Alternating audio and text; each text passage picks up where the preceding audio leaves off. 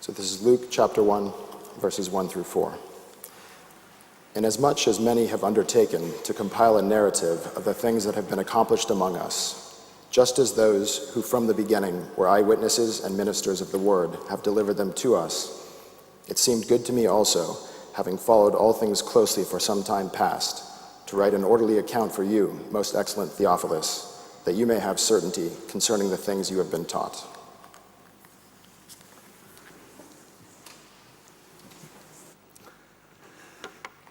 Thank you very much for coming, giving up your lunch hour to hear us address this question.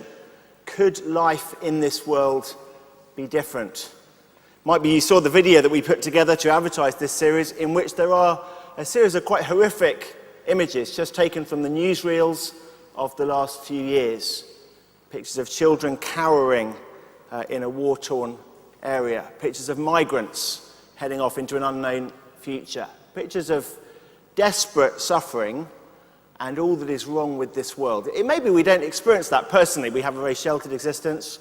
Maybe life for us is pretty straightforward. Or maybe you've just had a taste of how life isn't really quite all it's cracked up to be. Life doesn't really work. Life isn't really satisfying.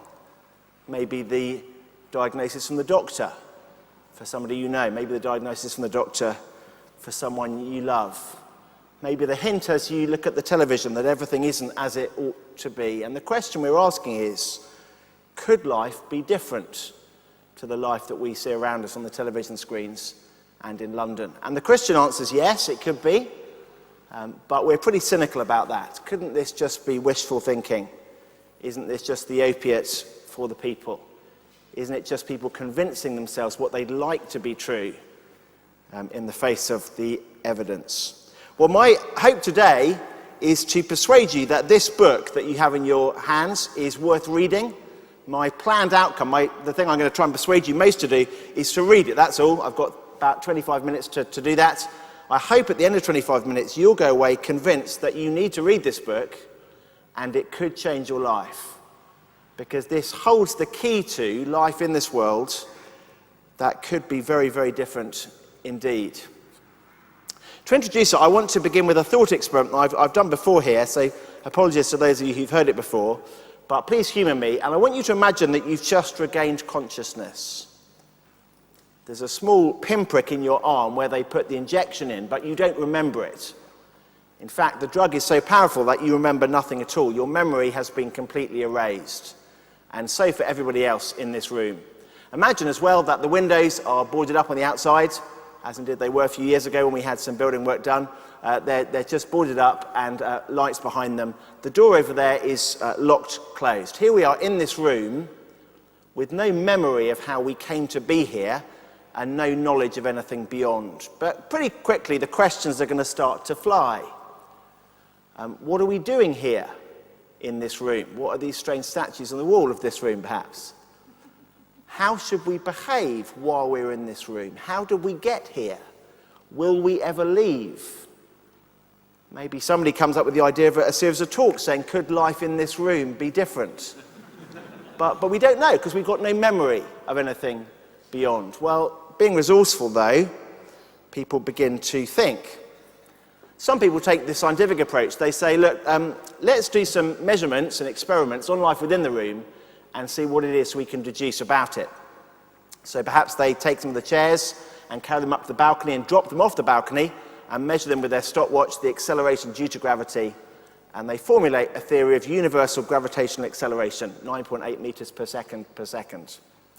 Other people take the experiments further. They drop the chairs from the balcony on other people's feet, and they measure the cry of pain, and they time the timing between the chair landing on the foot and the audible yell of pain reaching your ears, and they formulate a theory of pain transmitted through nerve cells. Other people notice that the people on whose feet the chairs are dropped become angry with the scientists dropping the chairs, and so they formulate a theory of ethics and how we ought to behave while we're trying to understand the world. So simply by doing experiments, we can find out quite a lot about life in the room. But when it comes to questions of what's beyond, the scientist says, well, look, we can't measure it.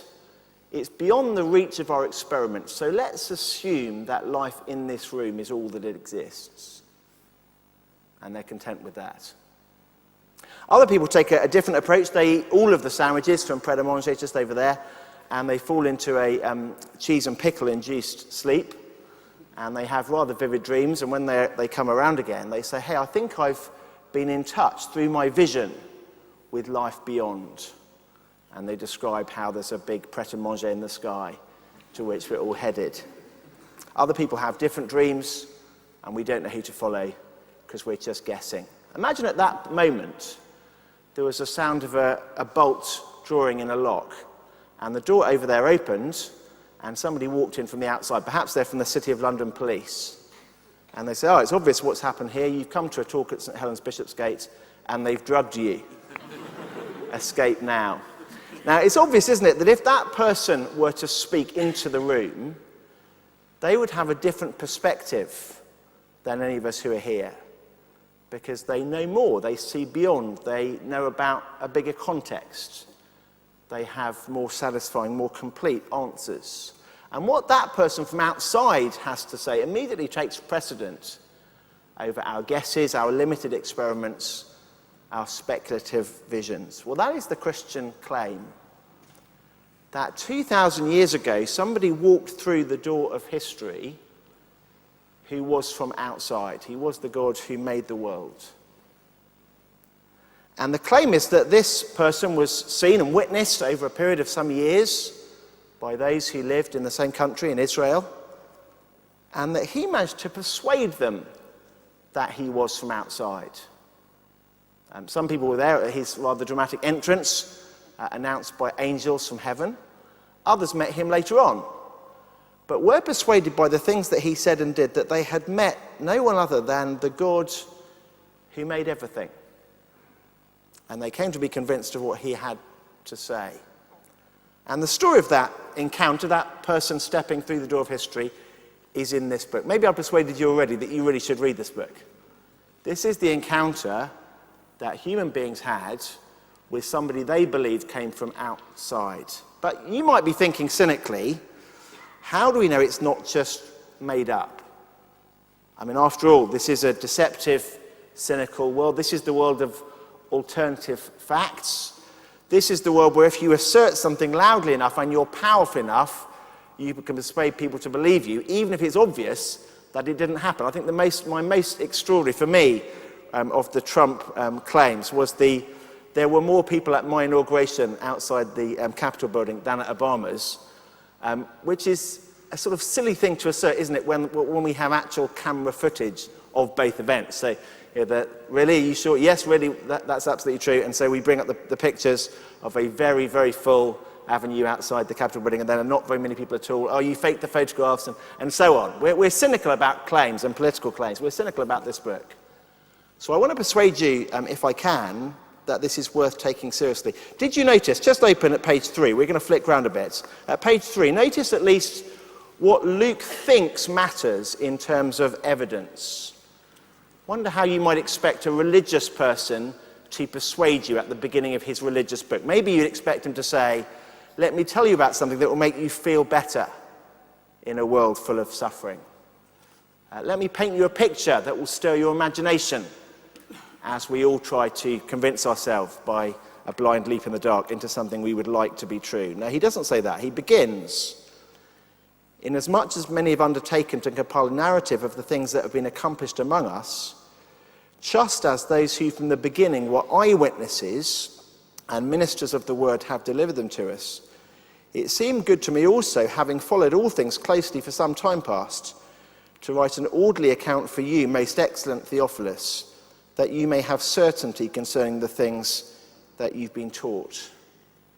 Luke would like his reader, a patron called Theophilus, he'd like his reader to be certain, and in order to make him certain, he goes about sifting the evidence from the eyewitnesses.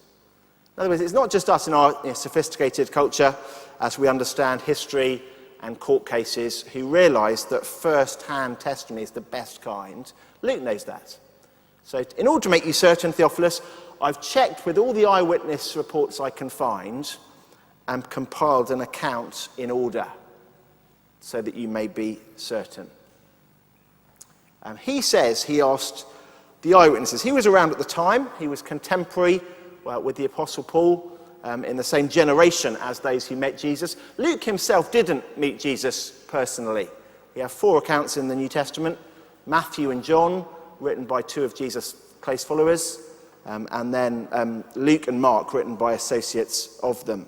But Luke had access to the eyewitness material, and here it is. I want to suggest this isn't the story that you would make up if you were trying to invent a religion.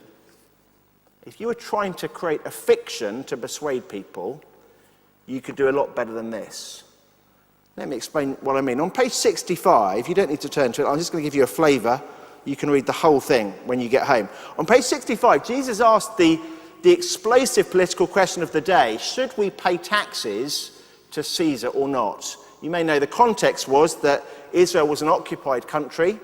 Roman soldiers marched the streets. They were extremely unpopular, and yet they exerted a tax on the residents. Should we, Jesus, kowtow to the oppressors who walk our streets? And Jesus gives the answer: yes, give to Caesar the coins that have Caesar's head on them. Give to Caesar what is Caesar's. And then Jesus drops in a challenge as well: and give to God what's God's. Give to God all that God is due. But basically, should we pay our taxes? Yes, pay your taxes. That is not popular. People of the day were looking for a political revolutionary, and they didn't get one. They got somebody telling them to be a good citizen. He had a kingdom to announce, but it wasn't a political kingdom. It didn't invite social unrest. Be good citizens, put up with the oppression, and come and follow me, said Jesus. It's not popular. Then on page 73, we meet one of Jesus' closest followers, who became the leader of the church, the early church, the Apostle Peter. We know, don't we, that leadership in any movement is extremely important. The whole head-to-head between Teresa and Jeremy has come down to whether we trust their characters to lead us. Peter, the leader of the early church, I don't think we ought to trust him. Here we meet a coward who, when interviewed by a servant girl in the courtyard outside Jesus' trial, is too ashamed to stick up for his friend. You know the famous words of Jesus: before the cock crows today, you'll deny me 3 times. And he does.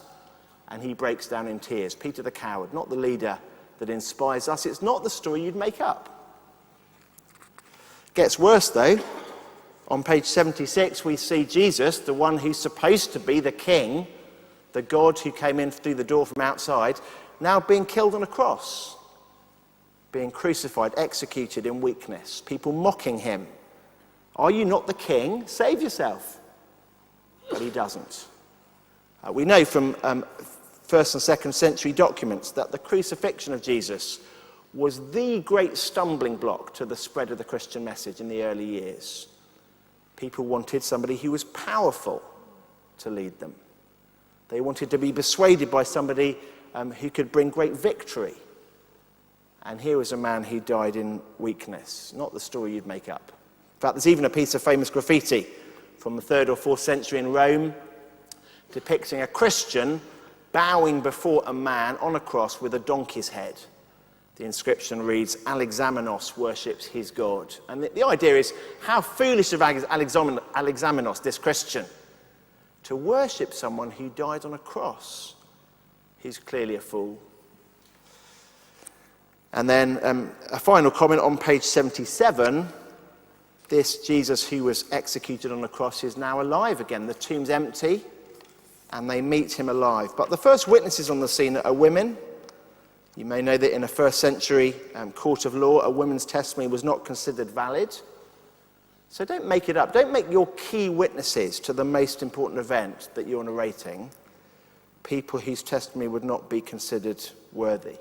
In fact, the women go and report it to the others, and the report of the empty tomb seemed to them an idle tale, and they didn't believe them. Just women's talk, they thought. I know that's sexist, but that's what they thought in their culture, in their day. It's not the story you'd make up. If you were making up a story, I suggest have a revolution, have your king ride to victory, not dying on a cross.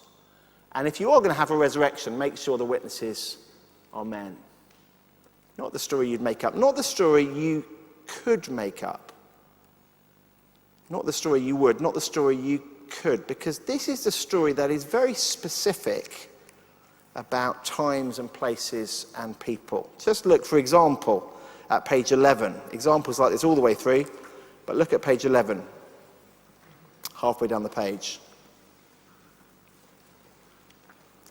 In the 15th year of the reign of Tiberius Caesar, Pontius Pilate being governor of Judea, Herod being tetrarch of Galilee, his brother Philip being tetrarch of the region of Iturea and Trachonitis, Lysanias tetrarch of Abilene during the high priesthood of Annas and Caiaphas, the word of God came to John, the son of Zechariah, in the wilderness.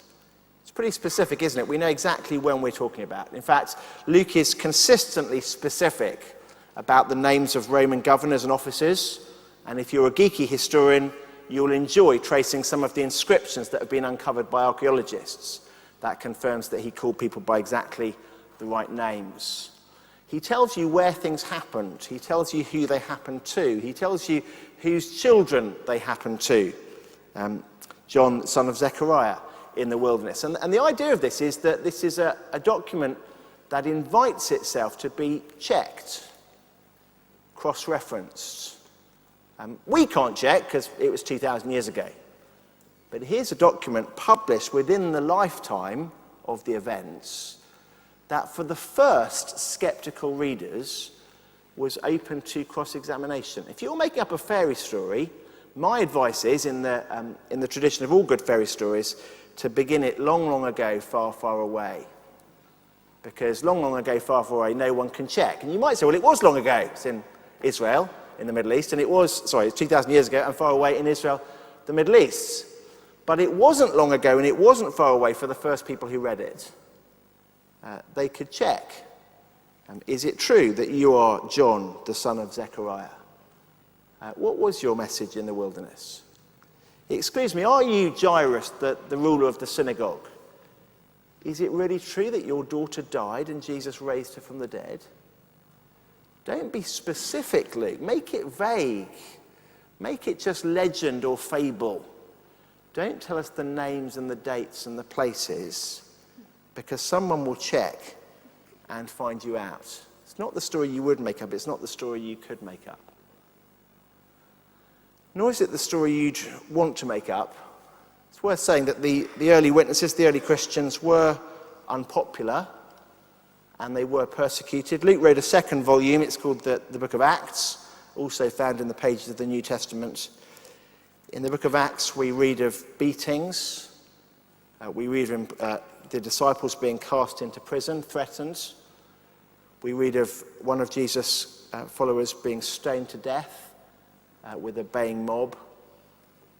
We read of trials. We read of execution by the sword. It wasn't a popular message, but they absolutely stuck to it to the end because they were convinced that they'd met somebody who walked in through the door of history from the outside, someone who was God. I wonder whether you're even open to the possibility of there being a God. Might be you're here and you've already made up your mind. We're here by accident. There was a big bang that happened by chance. It produced a human being by chance. I think, by the way, I admire your faith blindly, going far, far further than anything that's been demonstrated by scientists. That all of this world around you could be nothing but a lucky throw of dice. I find that very difficult to believe and philosophically very problematic. But maybe you set on that as the explanation for the world. You've pre-decided there is no God. So you don't need to read this book. Or if you did, you've pre-decided it must be false because it doesn't fit with your narrative of the world. Let me ask you, are you open to the possibility that there's a God, that your narrative of the world might be wrong? And if so, are you prepared to look at the evidence? What the eyewitnesses said, including all the things that were unpopular that you wouldn't choose to say, including the specifics that make it checkable. Will you read it? I realised I've given my memory erasing drug illustration really lots of times, and then this year I was reworking it for this talk, and I realised I got it slightly wrong. Because the room where our memories are erased and we don't know anything, we're asking questions, it might be a good description of our culture. A million questions, no answers, no consensus, and various attempts to find out the answer. But it's not true of the first century Jewish context. into which Luke wrote. Because we need to add one extra thing into their context, which is expectations. And that really is one of the big themes. And you'll see as you read through, I hope you will read it. They had particular expectations. Let me recast the analogy. You're just regaining consciousness. There's a needle prick in your arm where they put the injection in, but you don't remember it. Your memory's been completely erased, except you do remember some scriptures handed down in your culture for many, many generations that made very specific promises about the future.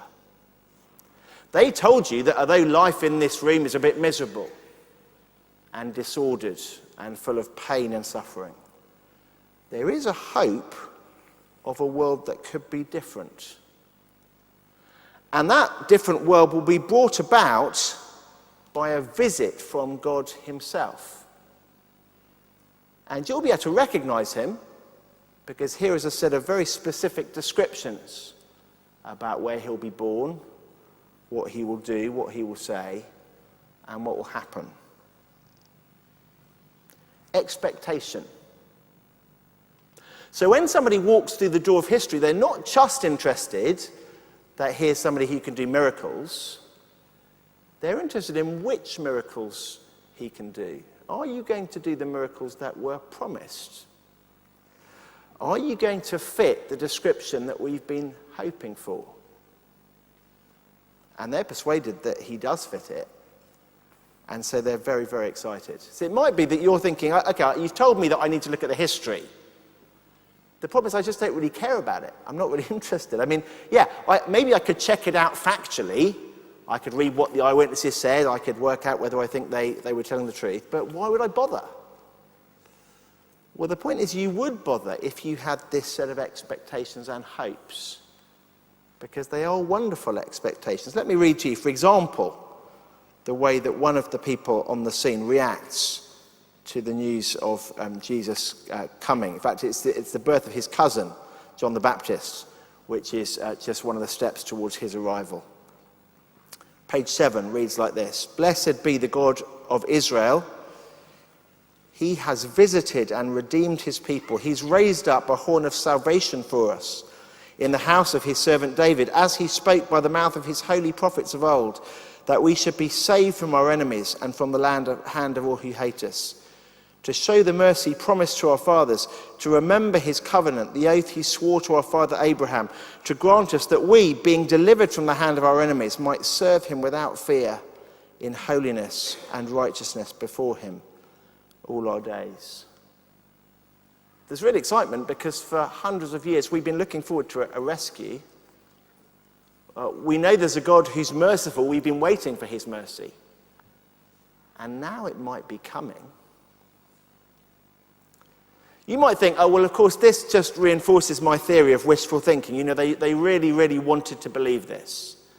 And so they persuaded themselves of it. I don't think it works like that. As you read the pages, you'll discover there's actually two bits of evidence, two strands of evidence they need to convince themselves. They need to be persuaded that Jesus really does this stuff. Is the miracle real? Did he fake it? Can we check it? There's lots of eyewitness material in here. But also they've got to be persuaded that he fits the exact prophecies, that the photo fit picture matches him.